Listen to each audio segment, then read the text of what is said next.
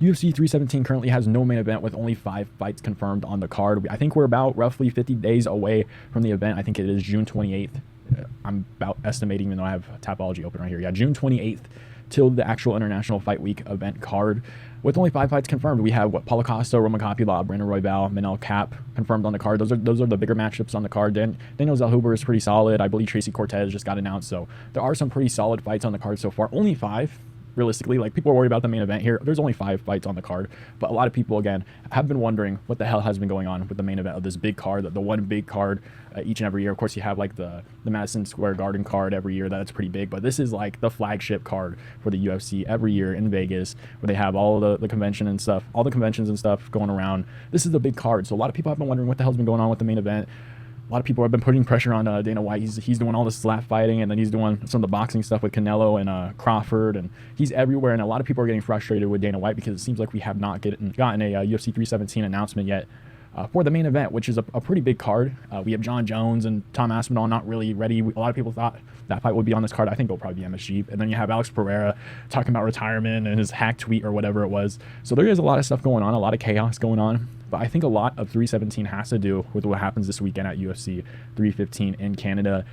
I think a lot of it rides on the main event between Jack Della Maddalena and Belal Muhammad.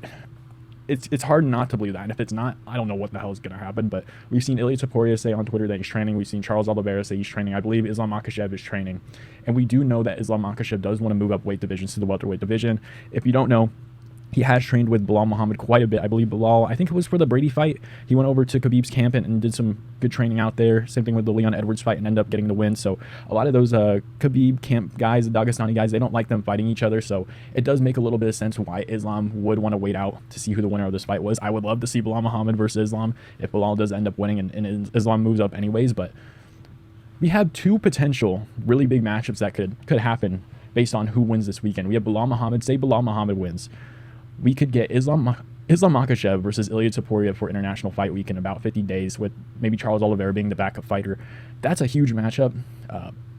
Ilia Topuria just went straight through Max Holloway and Volkanovski, KO'd him pretty brutally, both of them looking really good, coming off a lot of momentum. It's going to be a really tough test for Islam Makhachev, and that's a prediction for a different day, maybe next week, when they potentially announce the fight after 315, because I can see that exactly happening with Dana White at the post-press conference.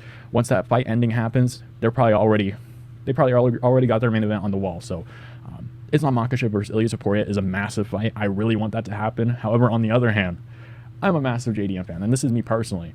I would love to see JDM get the belt. But even if you were not really a big JDM fan, that just means another Belal 6 months, 8 months of him holding the title. Maybe you are a big fan of Belal, but you also want to see Islam move up. Like, there's a lot of things that could happen. And say JDM does win. You have Islam Makhachev moving up. You have Charles Oliveira versus Ilia Topuria for the title in International Fight Week. You have now a very clustered welterweight division at the top. You have Shavkat, who just got injured, was supposed to fight for the title against Belal.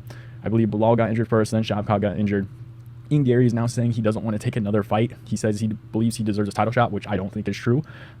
He just lost to Shavkat, even though he did have a couple moments, and it was on short notice. He did the UFC a favor. I don't think he deserves a title shot. Maybe Shavkat gets injured or whatever. But with everything going on, rule out Islam. Shavkat probably is first in line for the next title shot, but you put Islam Makhachev there. Now you got 2 guys who deserve a title shot, with Islam Makhachev probably being there. Even Sean Brady, you didn't mention Sean Brady. Sean Brady just came off a great win against Leon Edwards and finished him, something Belal couldn't do. So you have Sean Brady potentially being in the top 5 guys that, or at least 3 or 4 guys that deserve a title shot. And then you have Ian Gary saying he's not going to fight anyone until he gets a title shot. And then you get Joaquin Buckley, who's fighting Kamaru Usman, who could get a win and get a title shot. So you have Joaquin Buckley, Shavkat Rakhmonov, Sean Brady, Islam Makhachev. This is all JDM wins.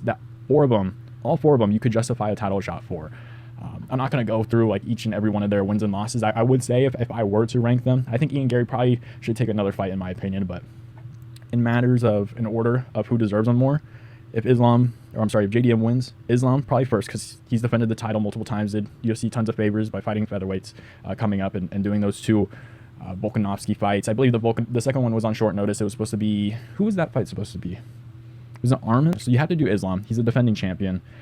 Sean Brady just came off a finish against Leon Edwards. I don't know if this is a hot take. I know Shavkat just being an undefeated prospect, and Ian Gary won that one by decision, his first decision ever in his career. Came off before then. I think it was, Wonder Boy and Jeff Neal.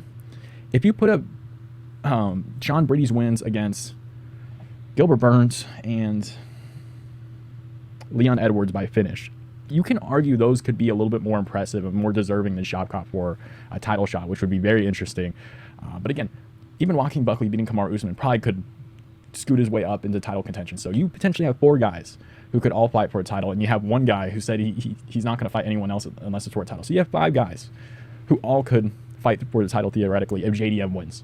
So you have a lot going on. Even if JDM does lose, you still have a little bit of turmoil in the division, even though it would probably just be Shavkat getting into that position. Then you have like Sean Brady and Ian Gary kind of figuring it out at some point. I don't know. But there's a lot going on with this main event. Let me know what matchups you would rather see. Let me know what you guys think about that welterweight division as well. I think it is starting to cluster, and it is nice to have a bunch of top prospects in the welterweight division. I've been saying it for like the past year now that welterweight's the guys to look for. Like you have Michael Morales, who still hasn't come up there yet. I was really looking forward to Gabriel Bonfim. I'm sure I'm missing a couple guys as well. JDM was one of them as well. So you have a lot of these guys coming up in the welterweight division, a lot of new prospects. I feel like the same kind of needs to happen with the lightweight division. We're still not there yet, but it is going to start cycling through more. Like I saw it like a year and a half ago with all the prospects coming in. Like welterweight is going to get stacked. Carlos Prates came off with a loss, but he's still relatively new too. I think he's like 31.